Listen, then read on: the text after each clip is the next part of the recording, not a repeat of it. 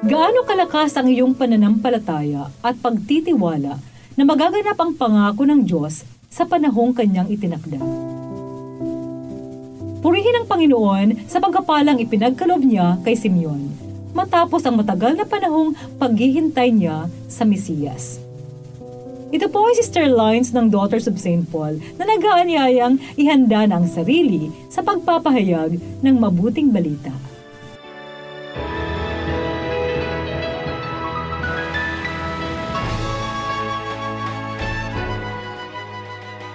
Nang dumating na ang araw ng paglilinis nila ayon sa batas ni Moises, dinala ang sanggol sa Jerusalem para iharap sa Panginoon, tulad ng nasusulat sa batas ng Panginoon. Lahat ng panganay na lalaki ay tuturing na banal para sa Panginoon. Dapat din silang mag-alay ng sakripisyo tulad ng binabanggit sa batas ng Panginoon, isang pares na bato-bato o 2 inakay na kalapati.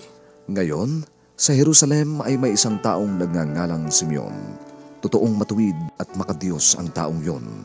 Hinihintay niya ang pagpapaginhawa ng Panginoon sa Israel at sumasa kanya ang Espiritu Santo. Ipinaalam naman sa kanya ng Espiritu Santo na hindi siya mamamatay hanggat hindi niya nakikita ang Mesiyas ng Panginoon. Kaya pumunta siya ngayon sa templo sa pagtutulak ng Espiritu nang dalhin ng mga magulang ang batang si Jesus para tuparin ang kaugaliang naaayon sa batas tungkol sa kanya.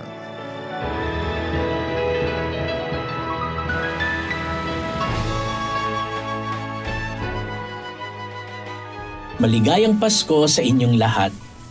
Ngayong 5 araw ng Octave of Christmas, narinig natin sa mabuting balita ang pagtungo ni na Jose at Maria sa templo ng Jerusalem, kasama ang sanggol na si Jesus, upang tuparin ang seremonya ng paglilinis ayon sa kautusan ni Moises.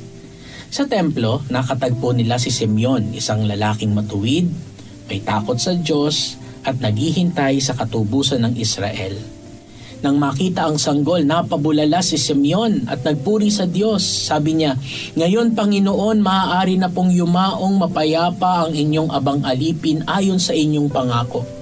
Yamang nakita na po ng aking mga mata ang inyong pagliligtas na inyong inihanda sa harapan ng lahat ng bansa." Mga kapanalig, tinuturuan tayo ni Simeon ng isang mahalagang aral.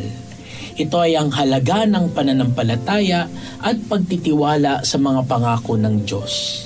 Ganap na nagtiwala si Simeon na ang tagapagligtas ay darating at nangyari nga ito. Anong biyaya ang natanggap mo ngayong Pasko, kapanalig? Anong kahilingan mo ang ipinagkaloob ng Diyos? Anong pangako ang kanyang tinupad sa iyong buhay? Katulad ni Simeon, magpasalamat tayo at magpuri sa Diyos dahil sa kanyang katapatan at pagmamahal sa atin. Mga kapanalig, support Pauline's online ministry.